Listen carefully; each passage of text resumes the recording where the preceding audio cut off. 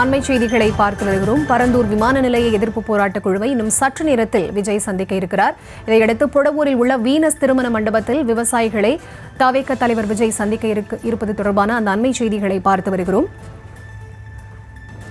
காஞ்சிபுரம் மாவட்டத்தில் இருக்கக்கூடிய பரந்தூரில் பசுமை விமான நிலையம் அமைய இருப்பதை தொடர்ந்து 900 நாட்களுக்கு மேலாக அங்கு விவசாயிகள் போராட்டத்தில் ஈடுபட்டு வரக்கூடிய சூழலில் அங்கு போராட்டத்தில் ஈடுபட்டு வரக்கூடிய மக்களை தவேக தலைவர் விஜய் சந்திக்க இருப்பதாக முன்னதாக அறிவிப்பு வெளியாக இருந்த நிலையில் அந்த போராட்டமானது எங்கு நடைபெறும் என்ற அந்த இழுபறியானது நேற்று இரவு வரை நீடித்த நிலையில் தற்போது வீனஸ் திருமண மண்டபத்தில் தவேக தலைவர் விஜய் அங்கு போராட்டக் குழுவினரை நேரில் சந்திக்க இருப்பதாக தகவல் வெளியாக இருக்கிறது. இதையடுத்து அங்கு பாதுகாப்பு ஏற்பாடுகள் பலப்படுத்தப்பட்டிருக்கின்றன.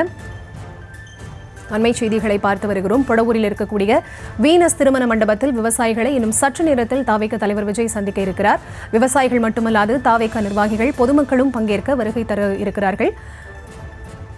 தவேக தலைவர் விஜயின் வருகையை முன்னிட்டு பள்ளிகளுக்கு கூட செல்லாமல் அங்கு மாணவர்கள் தங்களது பெற்றோர்களுடன் அந்த பகுதிக்கு வருகை தந்திருக்கிறார்கள். அண்மை செய்திகளை பார்த்து வருகிறோம். பரந்தூரில் விமான நிலையம் அமைப்பது தொடர்பாக அதற்கு எதிர்ப்பு தெரிவித்து பொதுமக்கள் தொடர்ந்து போராட்டத்தில் ஈடுபட்டு வந்த நிலையில் அந்த போராட்ட குழுவினரை நேரில் சந்தித்து அவர்களது குறைகளை கேட்டறிய இருக்கிறார் தவேக தலைவர் விஜய். இதையடுத்து அங்கு வீனஸ் திருமண மண்டபத்திற்கு அவர் செல்ல இருக்கிறார். இன்னும் சற்று நேரத்தில் அங்கு போராட்ட குழுவினரை சந்தித்து அவர்களது குறைகளை கேட்டறிய இருக்கிறார் தவேக தலைவர் விஜய். அண்மை செய்திகளாக பார்த்து வருகிறோம். தவேக தலைவர் விஜய் கட்சி தொடங்கி ஓராண்டு நிறைவு பெற்றிருக்கிறது.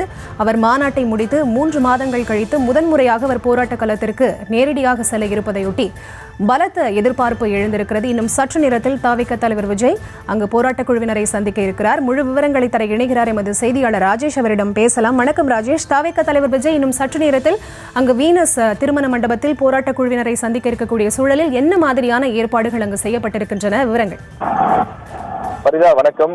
விஜய் முதல் முறையாக ஒரு போராட்ட களத்திற்கு வர இருக்கிறார் என்பதனாலே மக்கள் மத்தியில் ஒரு எதிர்பார்ப்பு எழுந்திருக்கிறது. குறிப்பாக எதிர்கட்சிகளாக இருக்கக்கூடிய மற்ற கட்சியினர், அனைத்து கட்சியினர் மத்தியிலுமே ஒரு எதிர்பார்ப்பு இருக்கிறது. காரணம் என்ன பேச போகிறார், எப்படி வரப்போகிறார், என்ன மாதிரியான விஷயங்களை அவர் கூறப்போகிறார் என்ற ஒரு எதிர்பார்ப்பு எழுந்திருக்கிறது. ஏற்கனவே ஒரு அம்பேத்கருடைய புத்தக வெளியீட்டு விழா ஒன்றில் கலந்து கொண்ட அவர் பரபரப்பான அரசியல் கருத்துக்களை எல்லாம் பேசியிருந்தார். எனவே மாநாட்டில் அரசியல் பேசுவது என்பது வேறு, இது மக்களுடைய போராட்ட களம். இந்த போராட்ட களத்தில் பரந்தூர் விமான நிலையம் தொடர்பாக அவர் என்ன மாதிரியாக பேச இருக்கின்றார் என்ற ஒரு எதிர்பார்ப்பு எழுந்திருக்கின்றது. இந்த இடத்தை பொறுத்தவரையிலே சுமார் 2000க்கும் மேற்பட்ட அந்த ஏக்கர் கணக்கிலான விவசாய நிலங்கள் கையகப்படுத்தப்பட இருக்கின்றது. எனவே அந்த திட்டத்திற்கு பல அரசியல் கட்சியினர் எதிர்ப்பு தெரிவித்து வருகிறார்கள். விஜய் பொறுத்தவரையிலே ஏற்கனவே அவர்களது கட்சி அந்த தீர்மானத்திலேயே பரந்தூர் விமான நிலையத்தை இந்த இடத்தில் கொண்டு வரக்கூடாது, அப்படி கொண்டு வந்தால் அது விவசாயிகளுக்கும் அங்க இருக்கக்கூடிய விவசாய மக்களுக்கும் மிகப்பெரிய பாதிப்பை ஏற்படுத்தும். அவர்கள் தங்களுடைய இயல்பு வாழ்க்கை பாதிக்கப்படக்கூடிய சூழல் ஏற்படும். அவர்களை வேறு இடத்தில் நீங்கள் குடியமர்த்தினால் அவர்களுடைய வாழ்வாதாரம் கேள்விக்குறியாகும் என்றெல்லாம் பல கருத்துக்கள் முன்வைக்கப்பட்டது.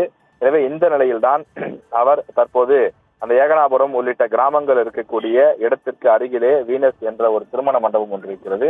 அந்த இடத்தில் கூடுவதற்கான ஏற்பாடுகள் செய்யப்பட்டிருக்கிறது. விஜய் அந்த இடத்தில் விவசாயிகள் மத்தியிலே பேச இருப்பதாக தெரிவிக்கப்பட்டிருக்கிறது. எனவே அவர் இந்த திட்டத்தை எதிர்ப்பதற்கான காரணம், இந்த திட்டத்தை வேறு எந்த இடத்தில் கொண்டு வரலாம் என்ற ஒரு சொல்யூஷன், ஒரு தீர்வையும் கொடுக்க வேண்டும். அப்படித்தான் எல்லா அரசியல் கட்சியினரும் எதிர்க்கக்கூடியவர்கள் ஒரு தீர்வினை கொடுக்கிறார்கள். எனவே இவர் என்ன மாதிரியான ஒரு தீர்வினை கொடுக்க போகின்றார், என்ன மாதிரியான ஒரு மாற்று யோசனையை சொல்ல போகிறார் என்ற ஒரு எதிர்பார்ப்பும் எழுந்திருக்கிறது. இவருடைய பேச்சை கேட்பதற்காகவும் இவரிடம் கோரிக்கை வைப்பதற்காகவும் விவசாய சங்கங்களிலிருந்து பிரதிநிதிகள் வந்திருக்கிறார்கள். குறிப்பாக நெற்கதிரை கையோடு கொண்டு வந்திருக்கிறார்கள். விஜய் வரும்போது அவருடைய கையிலே இந்த நெற்கதிர்களை கொடுத்து இந்த விவசாய பூமியை காப்பாற்ற வேண்டும், எங்களுடைய வாழ்வாதாரத்தை காப்பாற்ற வேண்டும், விவசாயிகள் வாழ வேண்டும் என்று அவர்கள் கோரிக்கை வைக்க இருக்கிறார்கள். தற்போது விஜயுடைய வருகையை ஒட்டி அவரது கட்சி நிர்வாகிகள் மட்டுமில்லாமல் ஏராளமான ரசிகர்களும் அக்கம் பக்கம் கிராமங்களில் வசிக்கக்கூடியவர்களும் விஜயை பார்ப்பதற்காக, அதாவது கோரிக்கை வைப்பதற்காக ஒரு குழுவினர் என்றால் அவரை வேடிக்கை பார்ப்பதற்காக பலரும் வந்திருக்கின்றார்கள். இந்த விஷயத்தில் பொறுத்தவரை மிக முக்கியமாக பள்ளி சிறுவர்கள், அதே போல அருகில் இருக்கக்கூடிய கல்லூரி மாணவர்கள் பலரும் ஸ்கூல் மற்றும் கல்லூரியை கட்டடித்துவிட்டு அவர்கள் இந்த இடத்திலே கூடி நிற்பதை பார்க்க முடிகின்றது. ஏராளமானவர்கள் எப்படி அந்த செயற்குழு கூட்டம் அல்லது புத்தக வெளியீட்டு விழா போன்ற நிகழ்ச்சிகளுக்கு ஏராளமான ரசிகர்கள் பொதுமக்கள் ஒன்று கூடினார்களோ அதுபோல ஏராளமானவர்கள் இங்கே ஒன்று திரண்டிருக்கிறார்கள்.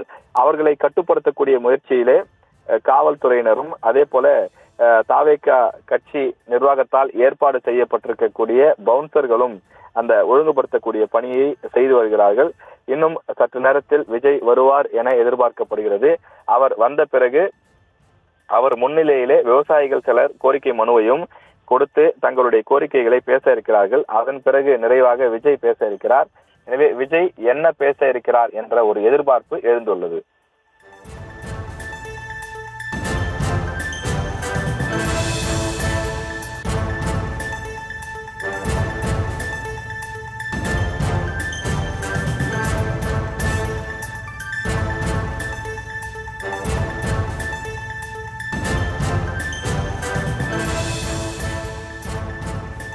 விவரங்களை வழங்கியமைக்கு நன்றி ராஜேஷ்.